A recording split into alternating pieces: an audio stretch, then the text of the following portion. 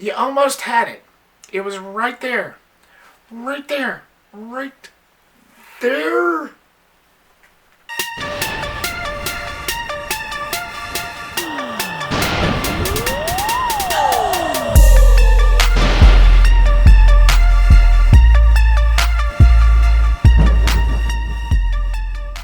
What's going on, guys, and welcome back to my Expendables review series. We got one more to go before Expendables, aka Expendables 4.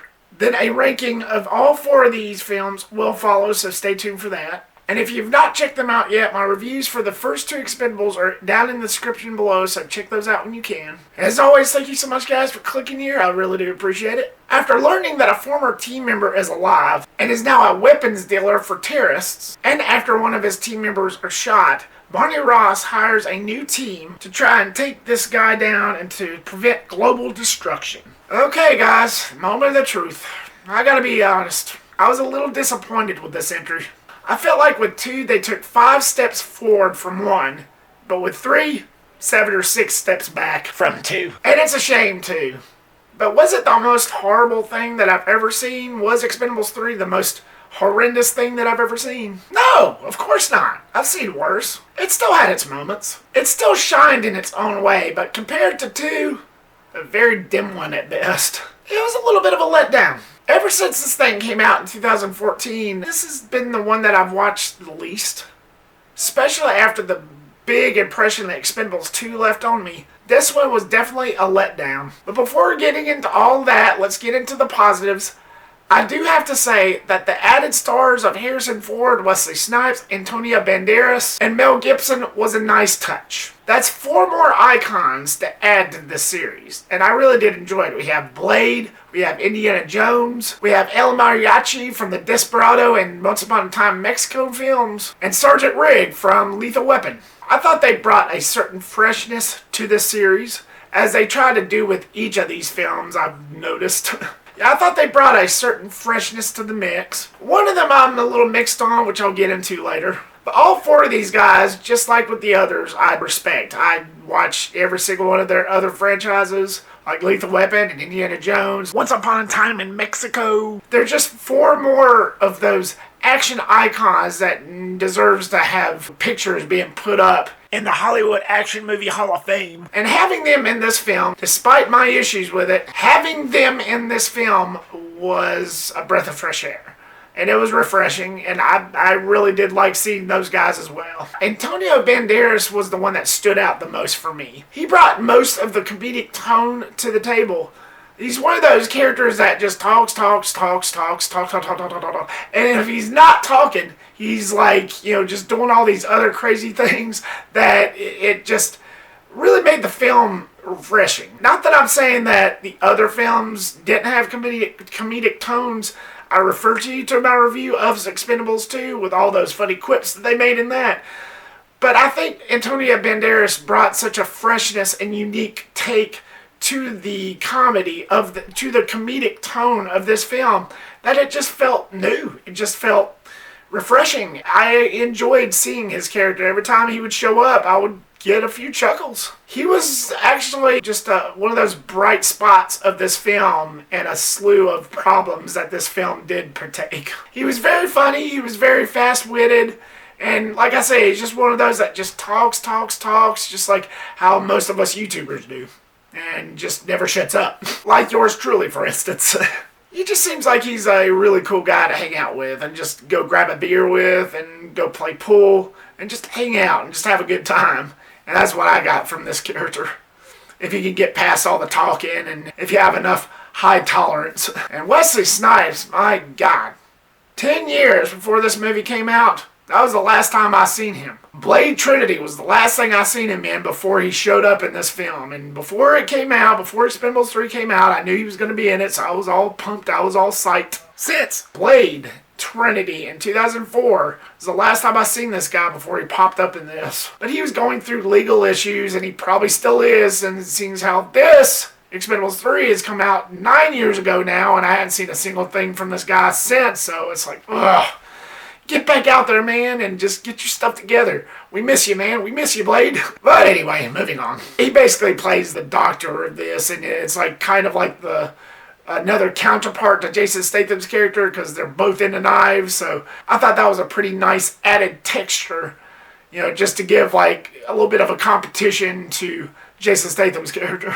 Point being, these 4 added stars made a great addition to this film. And I'm grateful. I really am. I truly am. Even the returning star, Sylvester Stallone himself, was pretty cool. He still showed that badassery to him, and he still didn't miss a beat. Even though I didn't quite agree with some of the decisions he made throughout this movie that pretty much connected to the plot and tone, I still couldn't help but look up to him. He'll always be my idol, no matter what he's in. He'll always be my idol. I do admit that the way that this movie was shot and just the look and this coloring and style of this was very stylistic, was very stylish. You had the first one that was more of like a dark toned, and then you had the second one which was like all fired up. You had those orangey colors, and it just stood out separate from the first one. Here you get more of like a slick silvery type color guard to it, and it was actually pretty cool to look at. It just had that shinier look compared to the first two. Just that slip texture alone. Very stylistic, and I appreciated that artistry choice. Moving on to my mixed,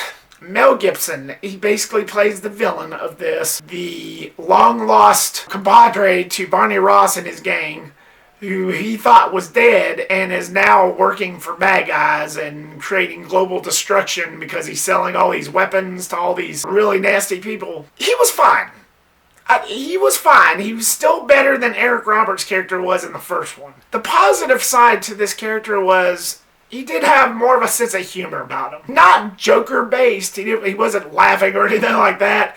But he was fast-witted, and he would just make a joke out of everything. I mean, he was a villain that's making a joke out of everything. And that side of him I appreciated. And Mel Gibson delivered just right on that. That pretty much roped me in, hooked me into this character. The negative side, though, is, and I apologize for comparing so much, but I can't help it. But coming off of Van Damme's character from Expendables 2, the villainous side that he showed in that film, I just don't think Mel Gibson was intimidating enough in this. I know that's not what they were going for. You got to throw in something different. But me personally, I just never got that intimidating feel that I want to feel from a villain in Mel Gibson. Now, hats off to Mel Gibson. He's one of those actors that's really cool, and he's got talent. Again, he's considered an action icon. He's good at what he does. But in Expendables 3, as the main villain itself, other than the funny quips and his smart wittiness and his sense of humor, which is the only thing I liked about him, the other part, the intimidation factor, not so much. I didn't really get that much out of him in that sense. I wanted a little bit more in that factor. But point being, he wasn't bad. He wasn't the most terrible villain I've seen. He just never quite reached that level for me. Moving on to my negatives, and this is the one that really got to me, and I've never really been quite able to get past even 9 years later, but I didn't like the way the direction went. You expect me to believe that a group of mercenaries, a group of guys that has been through probably worse, even before the events of the first film, when somebody gets shot and gets put in the hospital, which I understand that would freak out anybody, especially if it's your old friend that's laying up there, that you just up and retire the whole team and give up. I mean, even Statham made that whole speech to Stallone saying, "We've been through the mud, shit and blood. I've seen your ass more times than I can count." I know that's a horrible impression, but he really should have listened to him. You just up and retire the OGs, out with the old, in with the new, and you just go on from there.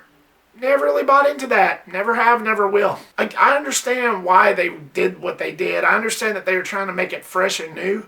But in the 9 years that I've seen this, ever since it came out back in 2014, I've never been able to buy into that.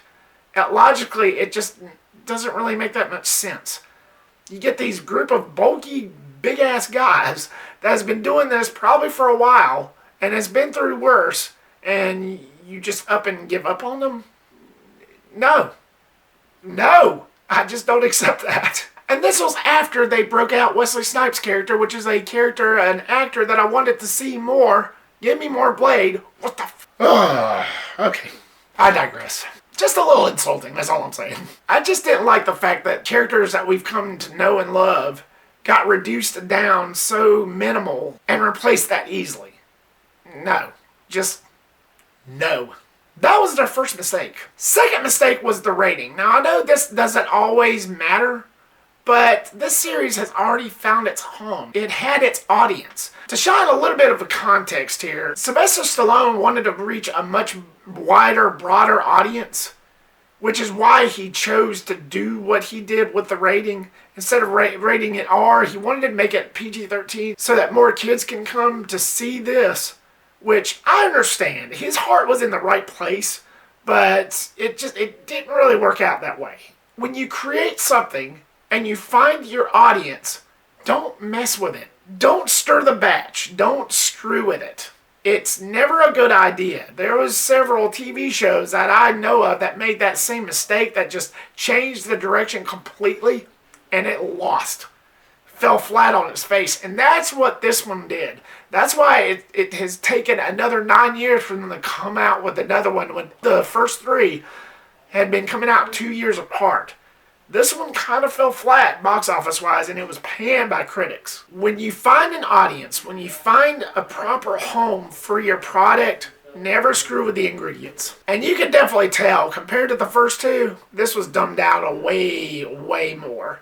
Unless you watch the director's cut on your Blu-ray or streaming or wherever it's available now. Unless you watch that, which is, I guess you could say, is a little better, but you can still tell that it's been trimmed down extensively. It's just never a good idea to mess with perfection. I didn't like what they did with Arnold Schwarzenegger's character. For a lot of Terminator fans, you'll weep. They made him a little needy. They made him a little whiny. It just... His whole character persona compared to the first two just got drugged down to like a 3. That toughness that he showed in the first two just didn't really seem to be all there. That was just a disappointing factor within itself. Even Arnold Schwarzenegger himself has stated that he did not like the way that his character was utilized. I don't blame him. I mean, why? Just why? The new characters, I didn't really like them. The ones that Barney Ross, Sylvester Stallone's character, has hired to replace the OGs. And I'm not saying that because I've got too much love for the OGs. I'm not saying that out of spite. I'm not saying that out of nostalgia for the original characters.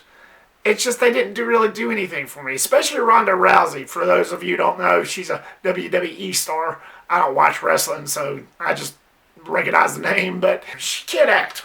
She really can't act. The pacing felt toned down. It felt like they slowed it down significantly. The action kind of felt like it took a back seat somewhat. While there was some action, this one felt toned down significantly, and it just didn't feel the same. Which is bothersome, seeing as how this one's the longer of the franchise. It just felt really toned down. It was just another one of those disappointing factors that this particular entry had, in my opinion anyway. But bottom line, while I did have my issues with this film, it wasn't a total loss. In a sea of disappointments, I still found some glimmer of enjoyment. It was the weakest by far, and that's why I was caught off guard. So The Expendables 3, what was your thoughts on it? Were you a fan of this one? Did you find any enjoyment out of this? Were you somebody that tolerated this a little more than I? Were you somebody who actually put this higher on a pedestal? Or were you just as disappointed? Or are you somebody who doesn't even acknowledge this one? Leave me a comment down below and give me your thoughts. Thank you so much, guys, for watching this. Once again, I really do appreciate it. Like, subscribe, comment, and share. Make sure to click that bell icon, set it to all so you don't miss a thing. And I will see you on the next one. Peace.